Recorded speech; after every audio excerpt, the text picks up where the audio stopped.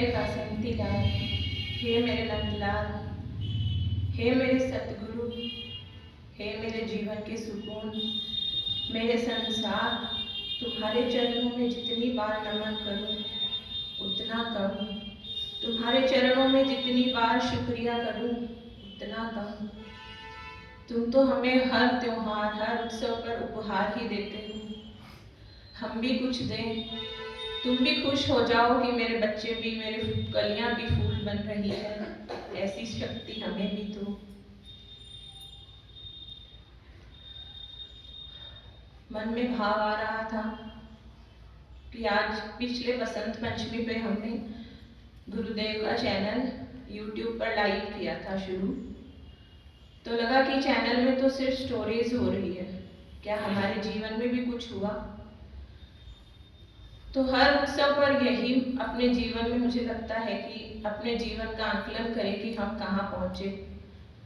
तो मन में आया कि कैसा साधारण सा जीवन था, आज उस जीवन को आनंद रूपी बगीचा बोलने में इतनी खुशी होती है कि उस आनंद रूपी बगीचे में तुमने इतने छोटे छोटे बीज डाले हैं।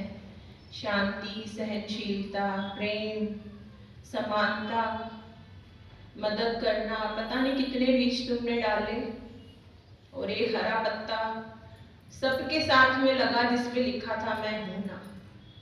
पता नहीं क्या हम आगे बढ़ पाए, कुछ बीज बिना बड़े हुए भी मुरझा गए, किंतु कुछ बीज तेरी वाणी, तेरे भजन से ऊपर भी बढ़ रहे हैं। और कुछ हो ना हो, बस इतनी मन को जरूर शांति है कि वह भूमि उपजाऊ तो बनी जिस पर बीज तो हम डाल सकते हैं। तुम्हारी वाणी से हम आगे तो बढ़ सकते हैं। कल कुसुम आंटी ने 2 कविताएं दी बोलने के लिए, आज उन्होंने वो कविता बोली। कविता थी कि मरुस्थल ही मरुस्थल था, किसने हरा भरा कर दिया। पतझड़ ही पतझड़ था, किसने फूलों से भर दिया। अधर पर बंसी को धर दिया, अक्षर ही अक्षर था, किसने प्राणों को स्वर दिया, कंठ को गीतों से भर दिया। 2 कविताएं दी और मन ने वही चूज किया जो मेरे दिल से कनेक्ट हो रही थी। तो भाव आया कि दुनिया में इतने बच्चे हैं तो वो भी उन्हीं को चुनता है जो उसके दिल के करीब होता है। तो हम इतने भाग्यशाली हैं कि गुरुदेव ने हमें चुनकर इस बगिया में बिठाया है। लगता था पहले कि कुछ अलग कपड़े पहने, कुछ अलग बोले, कुछ अलग करें। अब ये लगता है मन में कि हमें इतना सरल, इतना साधारण बना दो, क्योंकि अलग तो हम हो ही गए हैं।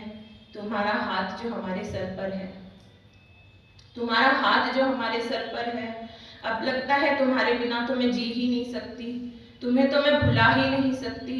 और अंदर इतना विश्वास है कि मैं भूल भी गई तो मुझे भूलने नहीं दोगे। तुम्हारा प्यार इतना दिल में बस गया, हे प्रभु मेरा कोई लक्ष्य मुझे नहीं पता क्या है। तुम्हें पाना मेरा लक्ष्य नहीं, तुम्हें जीना मेरा लक्ष्य है। जैसे बसंत पंचमी पे बोलते हैं बहुओं का सत्संग शुरू हुआ, तो मन में अपने आप ही भाव चलने लगते हैं।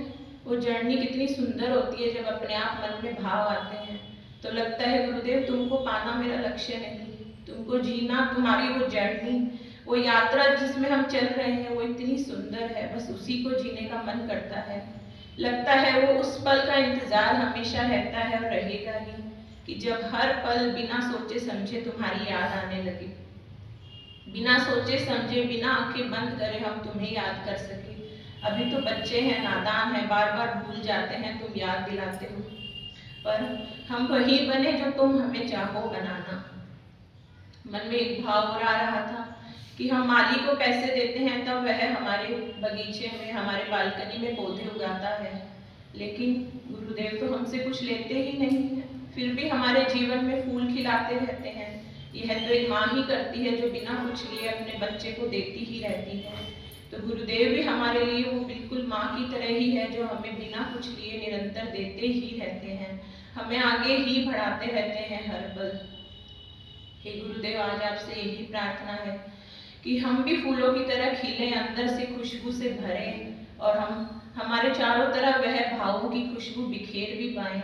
चारों तरफ हम अपने सत्संगी होने का आचरण में ला पाएं, ना इधर देखें ना उधर देखें, बस तुम्हारी तरफ देखें और आगे बढ़ते जाएं, और आपका हाथ हमेशा हमारे सर पर यूं ही बना रहे। बहुत सुंदर।